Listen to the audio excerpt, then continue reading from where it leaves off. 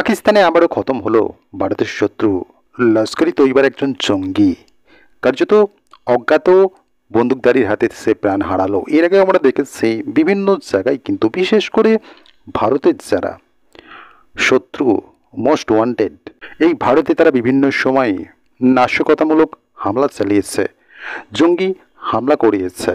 সেই সমস্ত ভারতের শত্রু কিন্তু বিদেশে কোথাও না কোথাও বসে ছিল।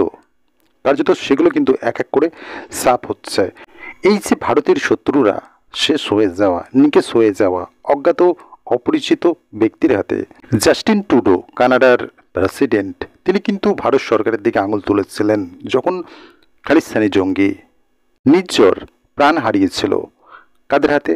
অজ্ঞাত পরিচয় ব্যক্তির হাতে। এবং আমরা জানি এই যে নির্ঝর, সে কিন্তু প্রো খালিস্তানি এবং ভারত বিরোধী।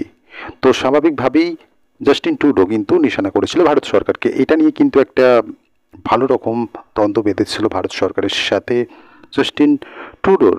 আমরা জানি এই যে জাস্টিন ট্রুডো কিন্তু খালিস্তানি যে সমস্ত নেতারা রয়েছে ভারত বিরোধিতা করে কানাডায় বসে, তাদেরকে অনেকাংশে তিনি সমর্থন করেন, ভোট বাক্স হিসাবে কাজে লাগায়। কার্যত এই খালিস্তানিদের পাশে কিন্তু জাস্টিন ট্রুডো ছিল। এবং সাম্প্রতিককালে আবার এক ভারতের মোস্ট ওয়ান্টেড শত্রু কিন্তু খতম হয়ে গেল পাকিস্তানে। লস্কর কমান্ডার আবু সৈফুল্লাহ ওরফে রজুল্লাহ 19 বছর পর নিকেশ হলো এই জঙ্গি অজ্ঞাত ব্যক্তির হাতে। এবং স্বাভাবিকভাবেই একটা প্রশ্ন বা বিভিন্ন প্রশ্ন উঠছে, কারা এই সমস্ত অজ্ঞাত ব্যক্তিরা?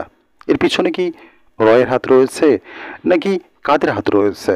এই বিষয়টা নিয়ে কিন্তু একটা মানুষের মনে কৌতূহল আসছে বা বিভিন্ন মহল থেকে প্রশ্ন আসছে, কারা এই সমস্ত ব্যক্তিরা যারা ভারতের শত্রুদের কিন্তু খুঁজে খুঁজে নিকেশ করছে। আমরা যদি দেখি এই যে কাশ্মীর হামলার পর কিন্তু বিষ্ণয় কিন্তু একটা পোস্ট করেছিল, তাদের গ্যাং একটা সোশ্যাল মিডিয়ায় পোস্ট করেছিল যেটা খুব ভাইরাল হয়েছিল। সেখানে হাফিজ শহীদের ছবি দিয়ে এরকম একটা বিষয় লেখা হয়েছিল যে মাত্র একটি হত্যা যার মূল্য হবে 10 লাখ।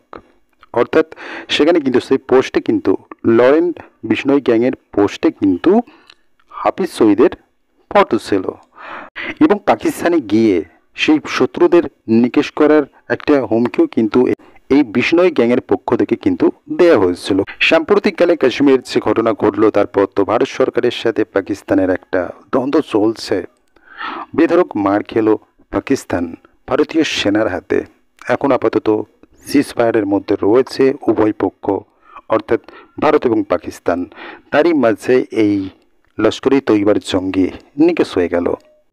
এবং যে বিষয়টা বিশেষজ্ঞরা বলছেন বা যে সমস্ত বুদ্ধিজীবীরা রয়েছে এই বিষয়টা সম্পর্কে বলছে যে এই যে জঙ্গি নিকেশ হয়ে যাওয়া পাকিস্তানে হঠাৎ করে এই এরকম একটা আবহের মাঝে, বিশেষ করে সেই ব্যক্তি যে কিন্তু ওই ভারতে আরএসএস দপ্তর থেকে শুরু করে সিআরপিএফ দপ্তর পর্যন্ত সেখানে সেই ব্যক্তি হামলা চালিয়েছিল, সে কিন্তু এতদিন পর হঠাৎ করে অজ্ঞাত পরিচিত ব্যক্তির হাতে নিহত হয়ে যাচ্ছে। এর পিছনে হতে পারে, এখন আমরা জানি পাকিস্তানে কিন্তু বালুচিস্তান কিন্তু আলাদা দেশ হিসাবে দাবি করছে বালুচ বিদ্রোহীরা। তো তাদের হাতেও এই ঘটনা হতে পারে বা তাদের হাতেও এই ঘটনা ঘটতে পারে এমনও আশঙ্কা করছেন। কিন্তু সবথেকে যেই করুক, কার্যত ভারতের শত্রু নিকেশ হওয়া মানে সেটা অবশ্যই ভারতের জন্য একটা ইতিবাচক সংকেত।